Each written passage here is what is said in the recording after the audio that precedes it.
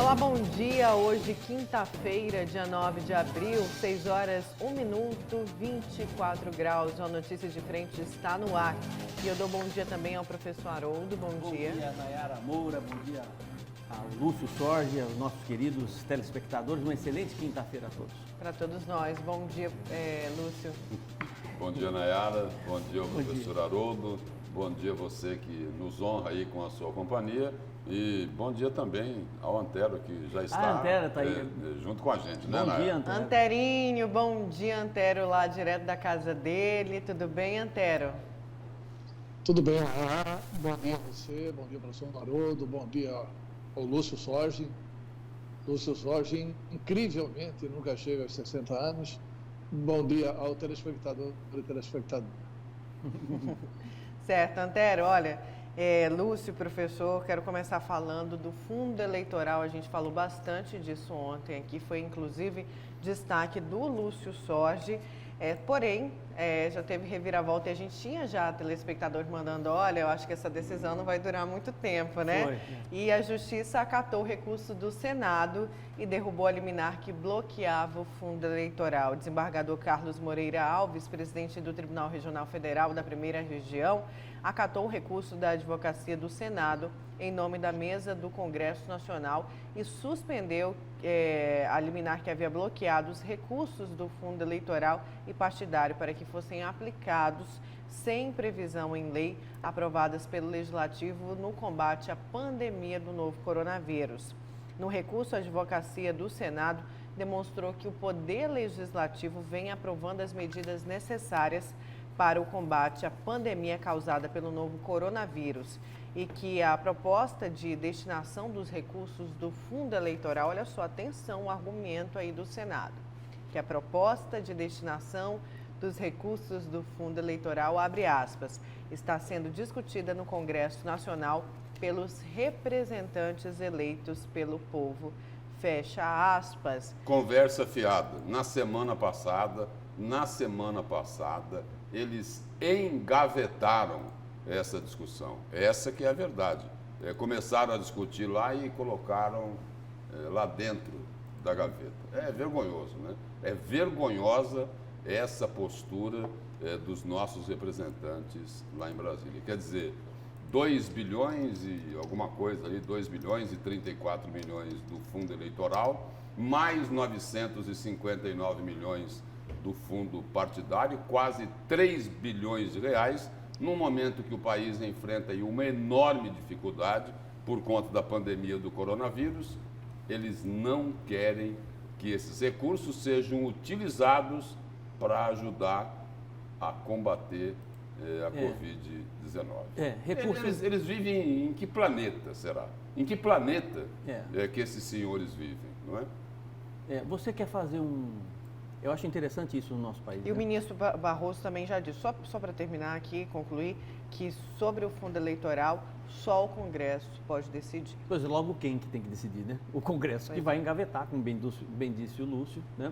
Mas o nosso país é bastante interessante, porque você, veja bem, você quer ser um bom médico, né? Você financia, ou você vai estudar a vida toda, ou vai pegar uma universidade pública, mas enfim, você vai correr atrás com o seu próprio recurso e vai tentar ser um bom médico seguindo uma carreira aí, né? Um engenheiro é assim, o professor é assim, o jornalista é assim, né?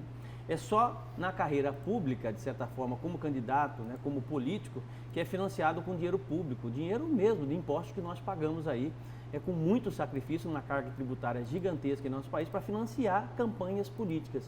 Num momento como esse, em que a pandemia e a prioridade deveria ser exatamente o combate ao Covid-19, todos os recursos voltados para isso, não. Eles não votam, fingem que não vê, isso é muito pior, os próprios congressistas, os próprios parlamentares, deputados federais, senadores, que fingem que não vê porque sabem que ali é a galinha dos ovos de ouro. Está ali no dinheiro público a sua reeleição, está ali no dinheiro público a sua manutenção no poder. E ele precisa estar no poder, porque ele estando no poder, ele se defende de todos os processos e se defende muito bem. Porque é com esse dinheiro público que ele muitas das vezes paga bons advogados para poder se safar de situações desconfortáveis, vamos dizer assim, ligadas à área da política. Então, infelizmente, é uma vergonha tudo isso. E uma parte desses senhores aí, só antes da intervenção do Antero, uma parte desses senhores usa o fundo eleitoral, o fundo partidário, que é gerido, distribuído pelos donos, pelos coronéis dos partidos, e uma parte desses políticos, que são os legítimos representantes da banda podre da classe política brasileira, usam o dinheiro público, vão ali na campanha, mentem, fazem promessas que não vão cumprir, se elegem com o dinheiro público e alguns deles depois vão para lá para enfiar a mão nos cofres públicos. Essa, infelizmente, é a realidade. Vamos inserir o Antero aqui nessa discussão, nesse bate-papo sobre o fundo eleitoral. Antero, por favor. Olha, nesse momento, injustificável totalmente a questão do fundo eleitoral. Não dá para aceitar que o Congresso brasileiro se recusa a colocar esse dinheiro para combater o coronavírus. Como são injustificáveis muitas medidas da elite brasileira. Por exemplo, verbas indenizatórias de todos os poderes. É um absurdo também. É um absurdo também que, nesse momento, os privilegiados, por exemplo, ganham muito mais, o salário deles é irredutível, e eles continuam com todos os penduricalhos, inclusive com a verba indenizatória, sem que eles saiam de casa. Por exemplo, teve uma matéria na semana passada da comunicação do Tribunal de Justiça, informando que o Tribunal de Justiça de Mato Grosso melhorou muito a produtividade com os desembargadores trabalhando em home office. Eles estão decidindo muito mais rapidamente o processo. Pergunta, significa o quê? Que não precisa de tudo isso do servidor? Que bastam alguns assessores? Que dá para economizar muito? Que dá para transformar o Estado num tamanho realmente que ele pode ser para fazer frente às suas despesas? Quer dizer, então não é só Congresso Nacional, não. É todo mundo aí tem que se virar e tem que contribuir com a crise. Tem, inclusive, que tributar os mais ricos. Continuam sem tributar os mais ricos. Continuam sem cobrar os dividendos. Está parado lá no Congresso. Tomara que nessa proposta aí do orçamento de guerra, que eles incluam aí a tributação das grandes fortunas. Se tributar 1% das grandes fortunas, arruma 20 bilhões de reais para a nação. Ou seja, é 1% só que não é tributado no Brasil, que são as grandes fortunas. Se tributar corretamente, justamente, a nação consegue mais de 20 bilhões de reais.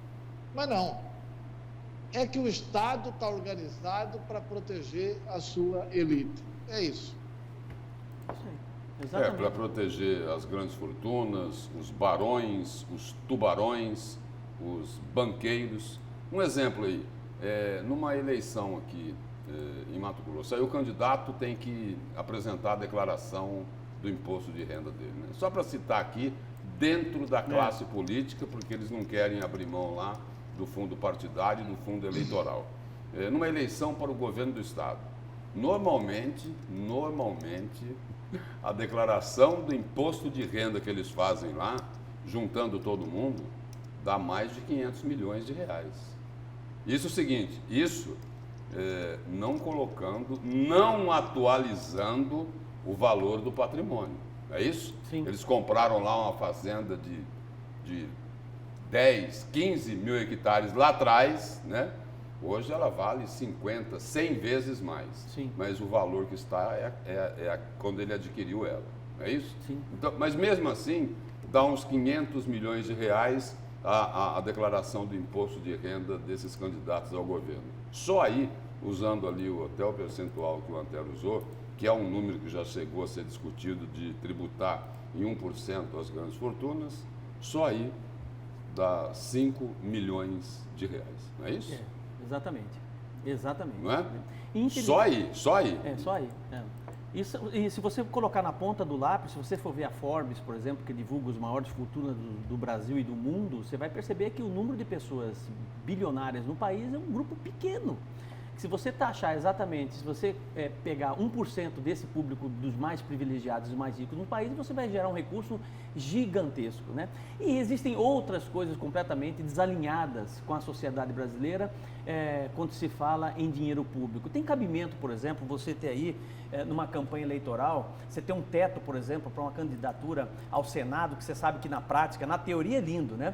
Na teoria já é um assinte você falar que você pode gastar até 3 milhões de reais, 4 milhões de reais, 5 milhões de reais uma campanha política. É um absurdo um negócio desse, num país pobre como o nosso, que tem deficiência na área da educação, deficiência na área da saúde, falta remédio na farmácia de alto custo. Você está falando num investimento em campanha política de 5, 6 milhões, para governador 30, 40, 50 milhões, sabe-se que se gasta isso, né?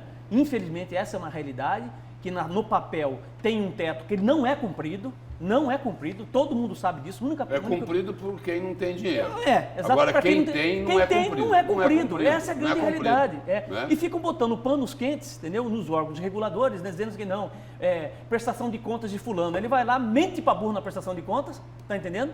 Sabe? Inventa um monte de coisa para passar a prestação de contas, mas todo mundo sabe, a sociedade sabe que tem um monte de dinheiro por fora, monte de caçadores por fora. Só na última eleição aqui de 2018, para o Senado, não é não, mais de um candidato.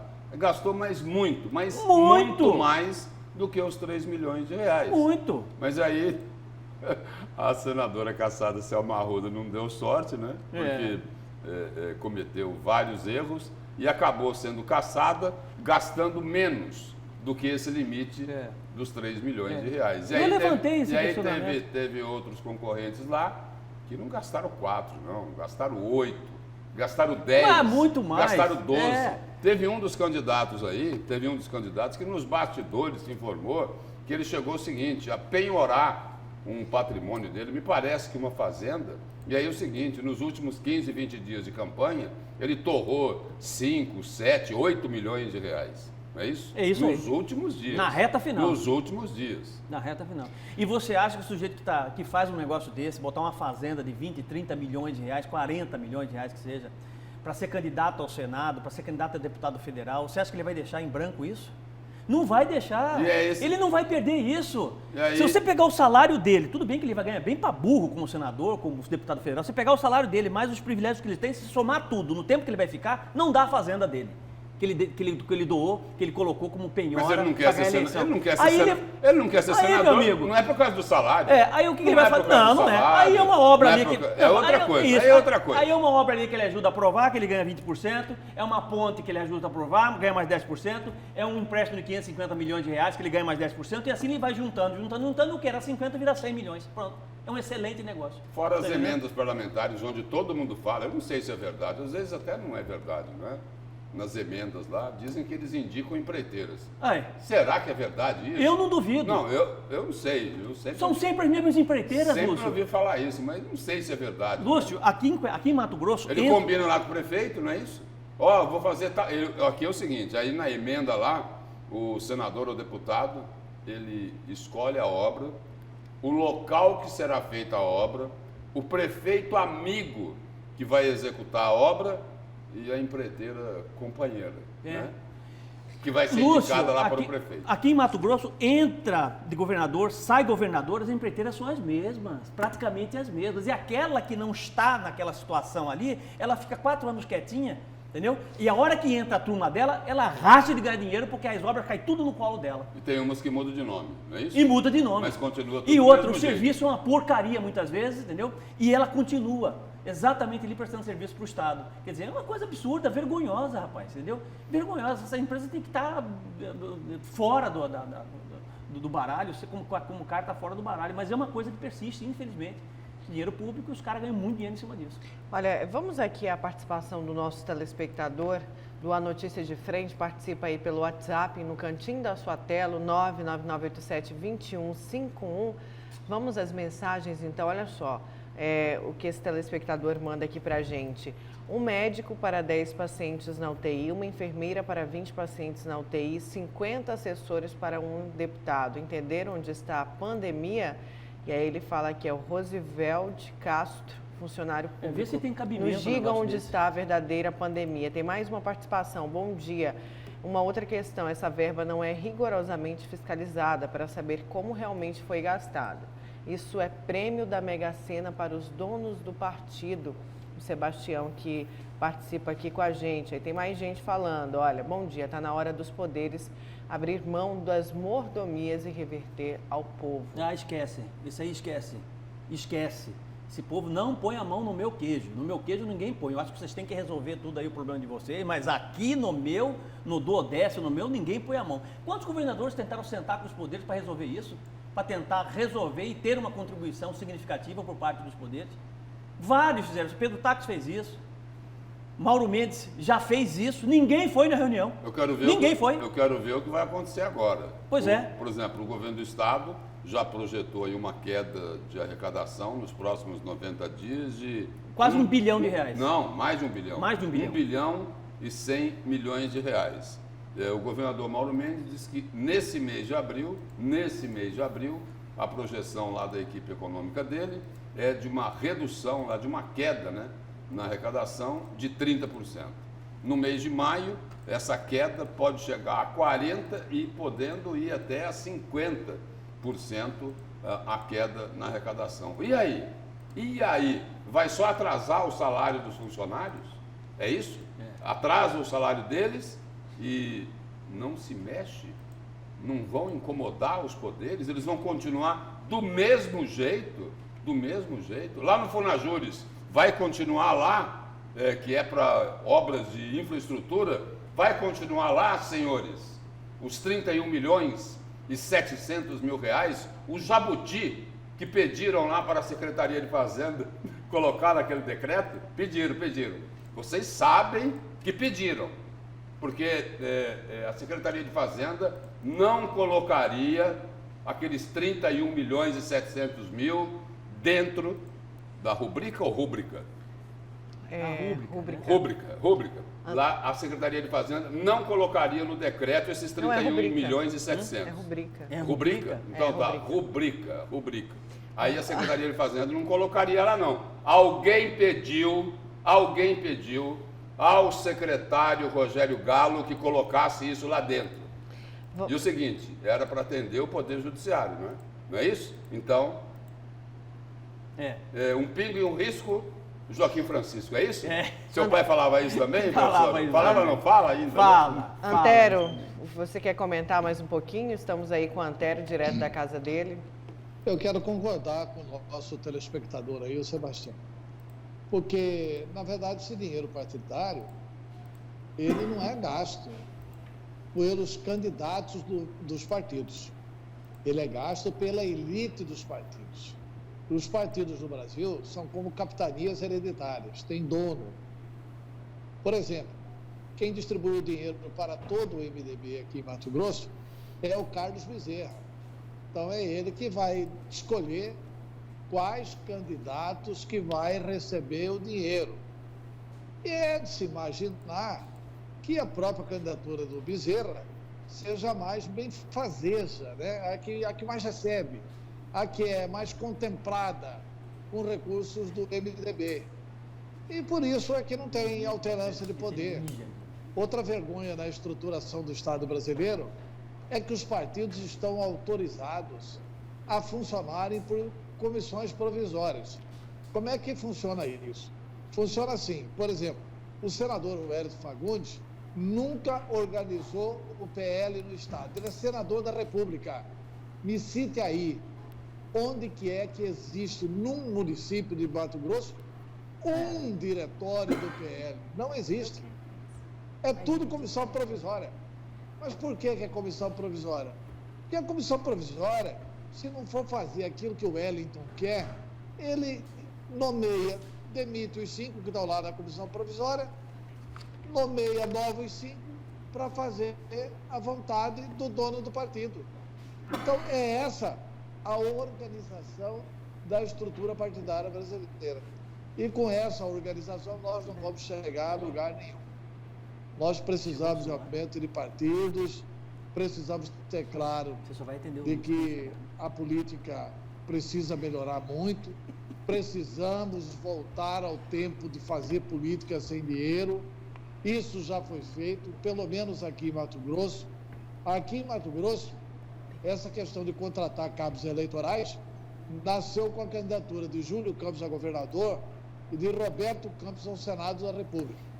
Ele chegou aqui, não sabia nem falar português, ele tinha que contratar todo mundo. Aí contratou todo mundo para ajudá-lo e ajudar também na eleição do Júlio Campos. A partir daí, virou aquela questão de estrutura de contratação de cabos eleitorais. Desapareceu a militância. Com todos os méritos que o pensador econômico, político, o embaixador brasileiro em Londres, Roberto Campos, tinha intelectualmente, mas no nível da política ele prejudicou bastante. Certo, Antero.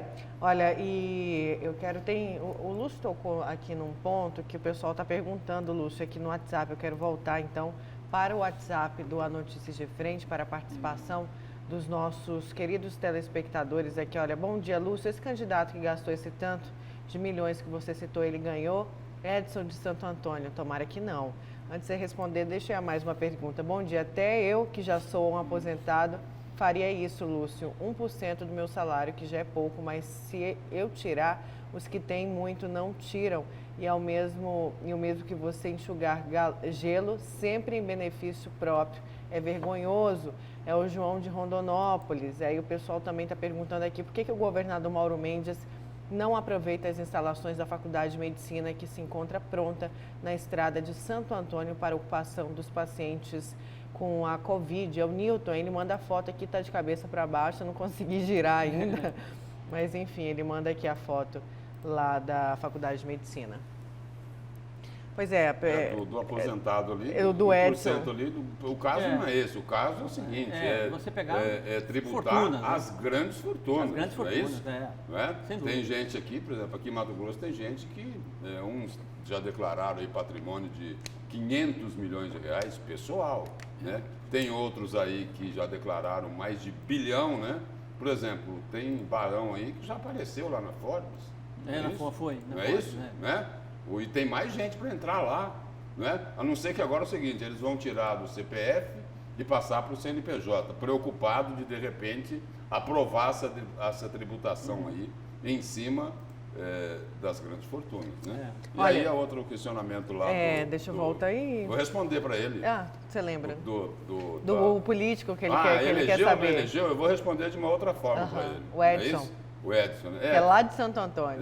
É só você dar uma olhadinha lá, quem eram os candidatos em 2018 e ver o seguinte, quem eram os milionários, porque eles só são milionários na declaração do imposto de renda lá para o TRE. Ali eles são apenas milionários, né? Mas se você for avaliar o patrimônio deles, eles são bilionários na avaliação real. Aquela de mentirinha lá, né, que faz de conta, ali né? Não faz de que conta, ele coloca nada. o valor do imóvel dele, do gado dele, da fazenda dele, do avião dele. É uma montagem. Ele coloca um valor lá de 15, 20 anos atrás, aí ele é só milionário.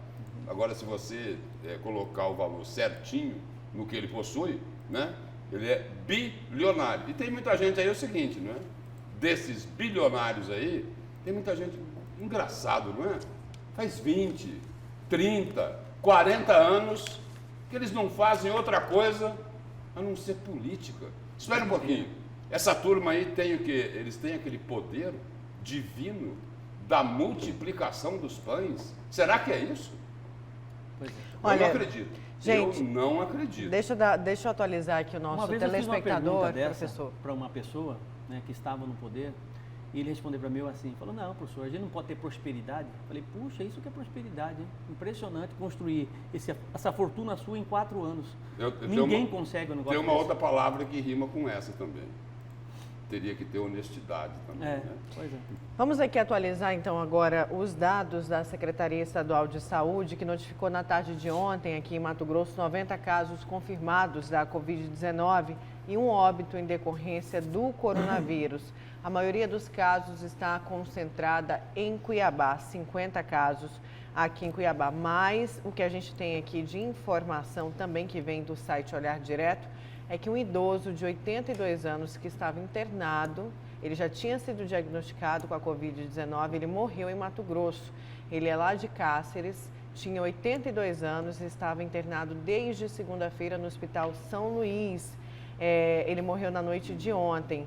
E o prefeito, aí, segundo informações do próprio prefeito lá de Cáceres, o Francis Mares, a vítima estava internada, porém a causa da morte ainda não pode ser confirmada como a Covid, como causador, pois ainda aguarda um laudo médico que pode sair hoje. Se for confirmado, vai ser a segunda morte de coronavírus aqui no estado de Mato Grosso. Lembrando que a primeira foi lá de Lucas do Rio Verde, um homem que estava no grupo de risco, não era idoso, mas tinha 54 anos e era hipertenso e diabético. Olha, e desses casos que eu falei aqui, dos 90 casos, em Mato Grosso, 11 já se recuperaram, que já saíram da quarentena, estão sem sintomas. 15 seguem internados, 6 em enfermarias e 9 em leitos de UTI. Então, esses são os dados atualizados aí do coronavírus no nosso estado de Mato Grosso. Agora eu quero saber os destaques do Lúcio e do professor Haroldo para hoje. Vamos começar com o seu, Lúcio. O meu destaque de hoje é para falar de Sinop e de Várzea Grande. Lá em Sinop, o Ministério Público está enxergando aí uma afronta ao bom senso e está tentando